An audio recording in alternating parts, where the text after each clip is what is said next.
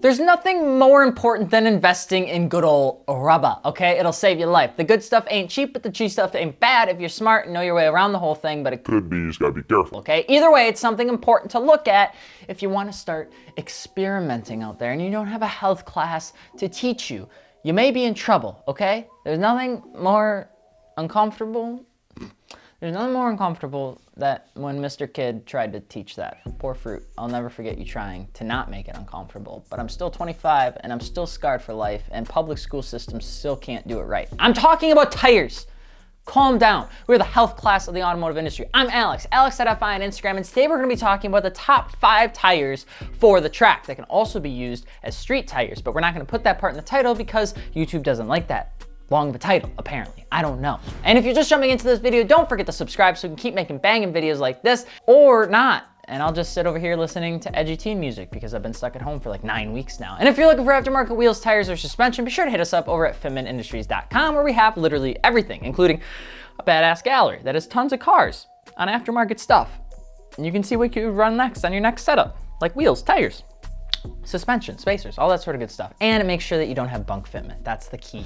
When talking about tires, it's super easy to spend just about every penny in your wallet. So we're gonna try and keep the options we talk about relatively budget friendly and something you can run at the track while also surviving if you had to take that track toy home during a cool day. Another note here to make is that while we are predominantly looking at tires that are great performance road tires that will behave well on the track, not solely behave good on the track and not on the road. There's massive differences between the two, and is often the reason you see so many people arguing about what tires to buy on like Miata forums and things like that, because there's too many people that end up buying track only tires than having to deal with the cons of them because they drive their car well, not on the track. So with that out of the way, we're talking about something that can do both. Let's start with the obvious. Now I know that I just said budget and value and all of that, but if you don't think I'm gonna be talking about the Michelin Pilot Sport 4S's, you're out of your damn mind. When the Michelin Pilot Super Sport graced our livelihood, nearly every single person loved them. Reviews loved them, critics loved them, people that didn't even like Michelin loved them. They were touted as one of the best tires out there. Not a single person could complain about the way that Super Sport handled road driving capabilities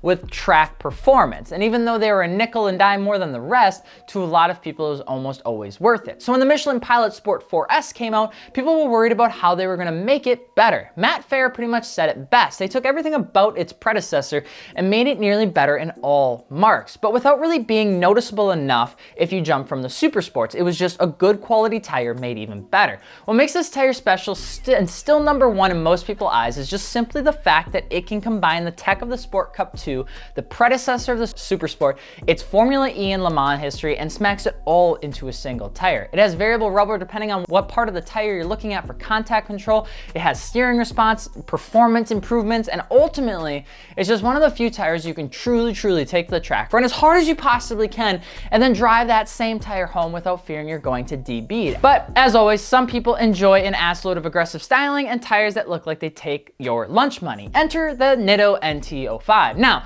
the To5 is Nitto's next performance tire right before getting into the competitor R-rated tires, which would be their To5R. Focusing heavily on the center rib design and massive shoulder tread blocks, the To5R wants to get all the traction in the world as long as the sun is out and the track is dry. The To5 doesn't tout to be the greatest in the rain, but with summer tires, the likelihood of you running into a major issue with tires and rain is pretty slim. Plus, To5s look like they take your Schumacher's cookie and pint of chocolate milk off your lunch tray without asking, so that's sweet and they look great on muscle cars. Another cult classic would be the good old Yokohama Advan AD08R. Now they're a little bit of a classic tire for people, and they do well for the capability of handling both wet and dry driving scenarios. Small con is that they are loud, and you can thank the design for that and the rubber, but nobody really cares because we strap 3-inch straight pipes on our cars and we say it's not that bad. Yokohama tires are more geared for the track than they are for the road, but if you only drive your car every once in a while, they aren't a bad pick. Yokohamas also eat through rubber though relatively quick once they're at temperature, but that's something that you have to put up with. They can go home on the street too. Next up would be the Toyo R1R. Fancy design and you love it, I love it, we all love it, don't lie. There's jointless wide beads to help with flexing, there's rim protection, and there's layered cords that keep the strength but flex in those turns when you're taking it at 45 when you probably should be taking it at 90. But it's okay, it's our first track day, we all do it. The R1R can be a bit of an oddball because not many people understand it. Because it's so aggressive, sometimes people feel it's meant for all HPD stuff, but its focus is much more around control, like autocross and small track style driving. Now they won't say that, but that's where we've seen it perform best. The mold was built specifically for autocross style designing and maximizing connectiveness to the ground. It's a tougher tire than the others in the video, but hey, she looks good and I enjoyed them when they were on my Miatas. And lastly would be the Hankook RS3. Again, not an R compound tire, but does fairly well at balancing out your budget, your daily drivability, and occasional track day. They aren't noisy, which is good, and they can behave pretty well under hot conditions without much issue, and they aren't terrible on the joint account. It has the carbon black silica compound that was used in their Super GT and ALMS, and they have a bunch of marketing stuff about it, and has a ton of shoulder block stiffness and a 4-channel main groove down the center so you don't crash when it's sprinkling out. That bit is important. The RS3 has a design that looks good to boot, and you can't really be upset with it. They won't last forever, but you get what you get, and not many people will complain, especially if they know that their tires are being used at the track. One of the biggest things with track tires is sometimes coming down to how you drive. There are people up here that must run something that can behave in good old rain and dry temperatures. So we need something like a Michelin or the Pilot Sport 4S that can do both. When you're down south and rain is a lot less common, there's a lot of times where people will run a more aggro setup like an NT05R or an NT05 plane because they don't have to deal with the rain as much. There's not one size fits all. And on top of that, all the tires that we listed come in different size variations. So you may find it good for an M3, but you may not find the size you want in a Miata or an S2000. Depending on what you run is what's ultimately going to decide which one's your favorite pick. The good news is that if you're chasing lap times and things like that, the odds of you picking through multiple tires are going to happen pretty much every 3 to 6 months. But if you're just jumping into track events and just jumping into that sort of stuff,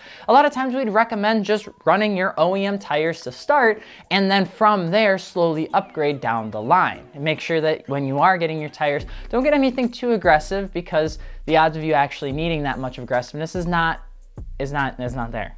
A lot of times you're gonna break your car before you break your tires. I mean, that's just a thing. You get a lot of traction, you have an old car. I did it all the time in the Datsun. I thought it was really cool, and then I realized I should have just not gotten slicks. Anyway, let us know what you guys think. And of course, if you have a question, drop a comment below and let us know what you want to talk about next. If you're looking for aftermarket wheels, tires, or suspension, be sure to check us out over at fitmentindustries.com. I'm Alex from Fitment Industries, and we will see you later. Peace.